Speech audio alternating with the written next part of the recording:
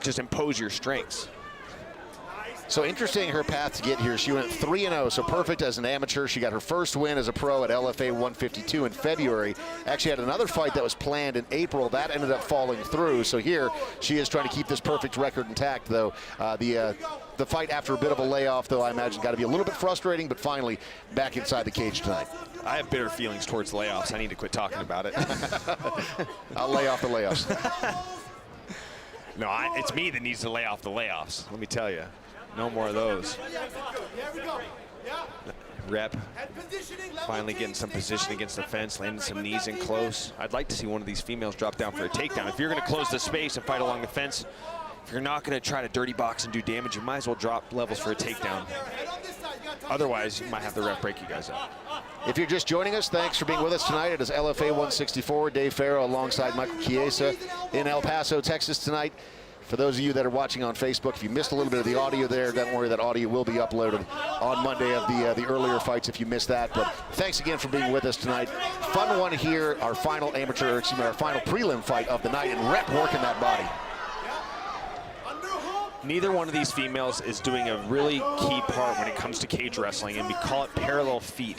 Both of them are letting their toes point forward. Their butts are on the fence and their toes are pointed forward. You don't have any strength to jockey position. What you essentially want to do is you want to turn one hip to the fence and you want to get your toes pointed parallel to the fence. That way you have a strong underhook on the outside, and you can essentially walk that underhook to spin them around. And if they stop you there, you can pull on the underhook and spin them around. But you got to get your feet parallel to the fence. Otherwise, you have no strength to try to get yourself off the fence. You got to get out. It's right there. Back up. Back up. Just fair warning, I'm Italian. I talk with my hands. They start flying. They're going to go all over the place tonight, dude. Just two Italian guys in the booth. We're both going to have black eyes by the time this is over. Hey, paisan. Here we go. No. Repp started to drop down there, and her corner does not seem to want that. That surprises me a little bit. That's kind of the point of getting the fight to the fence. It's either to dirty box and do damage, or it's to take away their wrestling defense and try to get a takedown and smother them. So it really surprises me that the corner of Repp was saying, hey, no, keep it on the feet. Like, well, then what's the point of wrestling down the fence? Well, and Keller is fantastic on her feet as well. I mean, she's got a 4th-degree black belt in karate. You know, went 4-1 as an amateur, but I mean, striking, she is no slouch at that. So taking this fight to the ground, I don't imagine would be a bad thing, but clearly they have a different strategy. Well, and here's the thing right now, I think a takedown is imperative for either female, because right now we're almost 4 minutes into the first round, and I can't tell you who's in the lead. It's very close. I feel like both of these females have spent equal amount of time with their backs to the fence, so you got to do something to stand out, because the exchanges are close, the damage is close. Repp starting to land some knees. That might, you know, as she lands a few knees, she gets herself bullied back to the fence. So one of these females needs to do something to pull themselves out front and win this round. It's too close to call right now. And the last thing you want to do is you would hate to come up short in a fight and just wish you would have done more. Yeah. Just wish you would have went for one takedown in round one. Wish I would have done just something extra each round to solidify that you are the one taking the rounds to the bank. And referee going to separate them with just 30 seconds left on the clock here in round number 1. As you mentioned, Mike, this is very, very close. Whatever happens in these next 22 seconds could determine the winner of round number 1. Absolutely.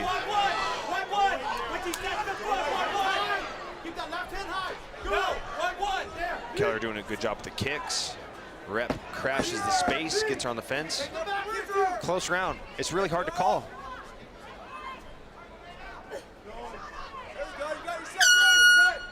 And round number 1 is in the bag. I mean, I don't think a lot changed there in that last 20 seconds. How do you see it? I mean, it's just close. I mean, Keller did land some nice kicks. And Repp closed the space towards the end. I would probably lean towards Keller, but I mean, it's just so hard to call. I'm not really saying that confidently. Ooh, and in the corner, you got Ricky Story. I mean, you want to talk about a legend in the Pacific Northwest. Ricky Story. I was on the same fight card as him. It's Sport Fight, my second amateur fight, when he took on Jake Ellenberger in the co-main event. One of the best fights I've ever seen live. Cool to see him out here passing along his knowledge to these younger fighters. And Repp choosing not to take a bench in between rounds. What's your thoughts on that?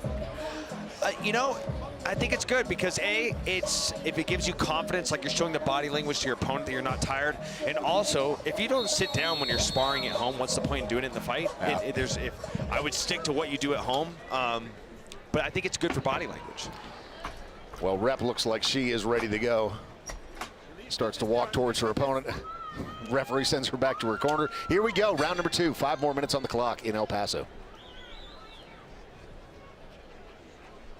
I'd be really interested to hear what the corner of Repp said, because I mean, Ricky Story's a guy that made a career off of wrestling and gritty fights. I wouldn't be surprised if he told her to go for the takedown. I could be wrong. Swim unders now. You gotta swim unders. There you go. Back way. Good job. Yeah. Out. Now we gotta start squirting. You gotta start turning yourself off. You gotta use the whiz or the underhook. All right, to turn yourself off. Head positioning gotta be square. Good. Short elbows and knees. Short elbows and knees. Here we go. You gotta start working your way off. Swim here. A lot of the same from round 1. Both these females fighting on the fence. Use that underhook, start working yourself towards the underhook side. Here we go, good break. Short elbows and knees, good. All right. It's nice that the sun's starting to go down. The heat's starting to come down just a little bit. It is. It is. I was wearing all black, and I'm like, oh my gosh, if the sun stays out, I'm gonna get cooked. Good for us, but a lot better for the fighters, I would imagine. Way better for the fighters, for sure. There's a couple of light breezes that are flowing through the air as well, which is a nice touch. Turned into a beautiful night here in El Paso. Is it me, or does the guy holding those cords look like Hunter S. Thompson from Fear and Loathing in Las Vegas? I thought for a second, I'm like, is that Johnny Depp?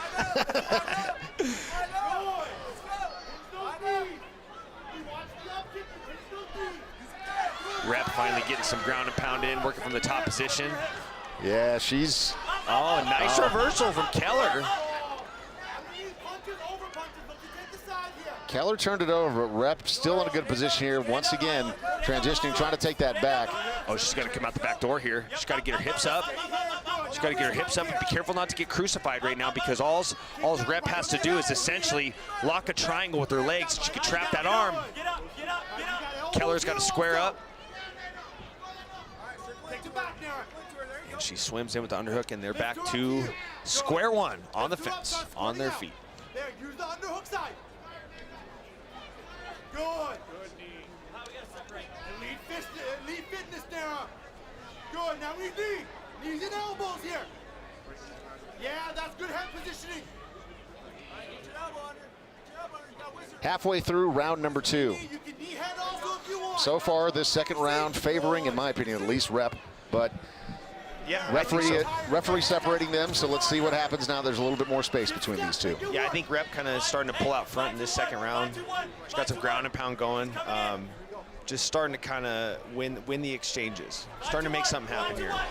Both throwing big punches, both connecting there. If I'm Keller, just stay out of the underhook. Stay out of the underhook. I would stay out of the clinch and try to land strikes. I was surprised. I thought with Ricky Story being in Keller's corner, there'd be more of an emphasis on wrestling. But I think that they want her at range, want her kickboxing, because right now, I think the strength and the size of Repp is starting to kind of take its course. Now start breaking her down in knees. Watch the knees. Good. And Repp with big knees to the quad there. Oh, and what Repp should do, she should take her left leg and try to kick out the right leg of Keller.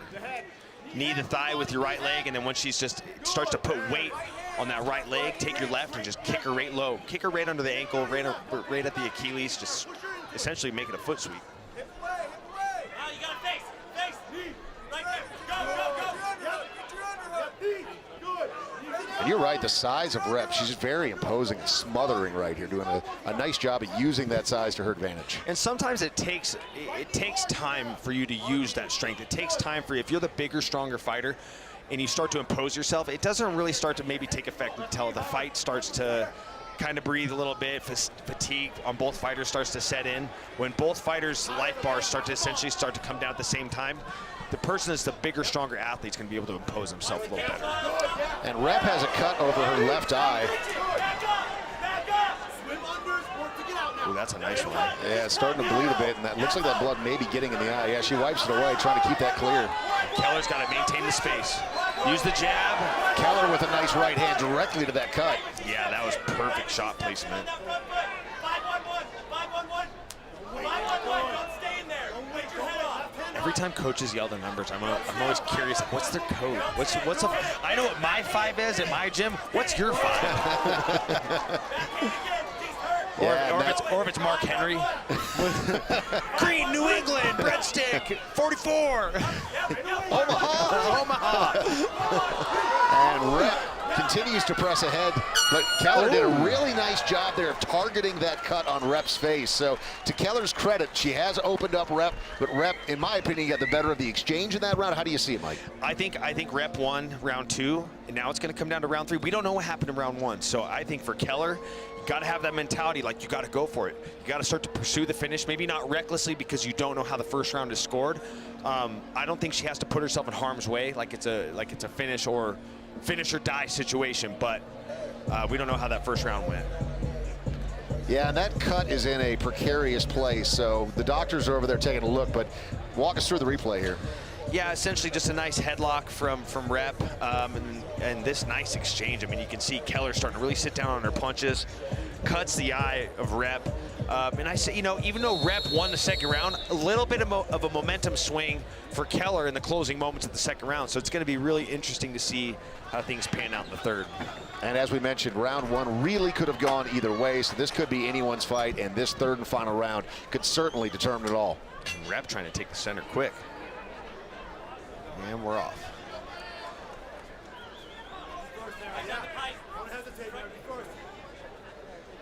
Repp is in the all black. Keller is in the red and the black. No clinches, out. And Keller's corner screaming for no clinches. 5-2-1, 5-2-1, 5-2-1. Oh, looking for that knee. Repp getting some good shots off, starting to hang on the head. Get off, Mihaela. Elbow. Keller wise to it, breaks away and takes the center. This is where she's going to be able to do her best work, and you can see a little hematoma right above the cut on Repp. Yeah, Keller's done a really nice job with that side of the face. I mean, she's got the cut, she's got the hematoma, but nice takedown. That was great timing on that double leg takedown. Right into side control, and now this is going to make Keller's going to feel that size difference the most right here in the top position, inside control. It's going to take a lot of effort and a lot of energy for her to get that underhook, to get back to her feet, and you can see Repp settling down, dropping that right hip. Get your head involved if you can. Very, very smart takedown for Repp. That was great timing, and you know that Keller's want to swing big on that overhand to try to attack that cut. Yeah, and she's not going to leave this in the ref's hands. At least doesn't appear that way right now. She is working hard. She's going for that crucifix. Unable to get it right now, but she's very active.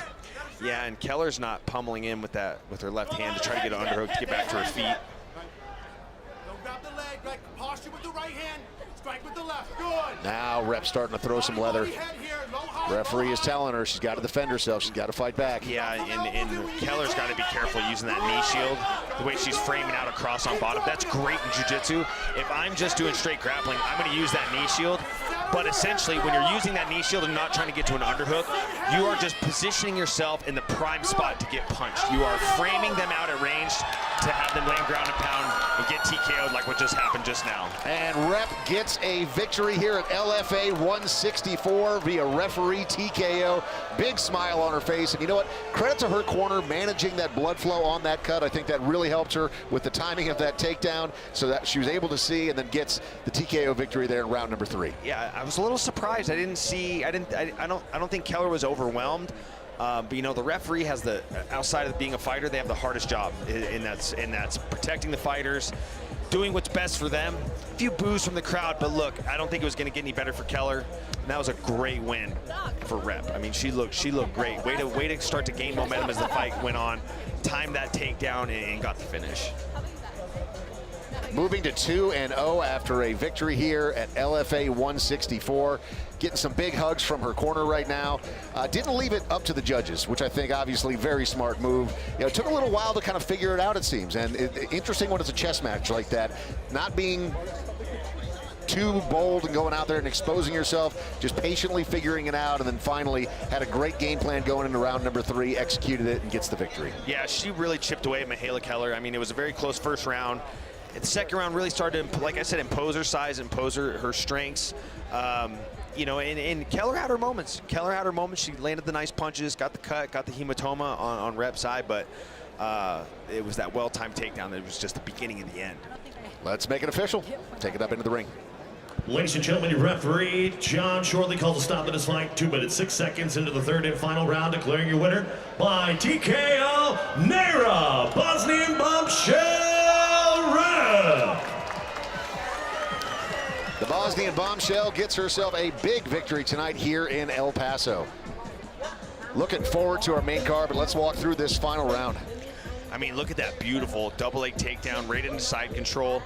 And just immediately, right when she gets to the ground, she just starts landing ground and pound, little short elbows, short hammer fists. And Keller, it was the knee shield, I feel like, that pinned her in place that led to this TKO finish, because you essentially, you want to take your left hand, swim up on that underhook to take away the space, but she just used that knee shield, and that just kept Repp in the perfect space to keep landing these shots that led to the TKO finish. So it's a learning experience for Repp. That knee shield is so good in jiu-jitsu if you're just doing straight grappling, but for MMA, there's really not a place for it. You're just putting yourself in harm's way.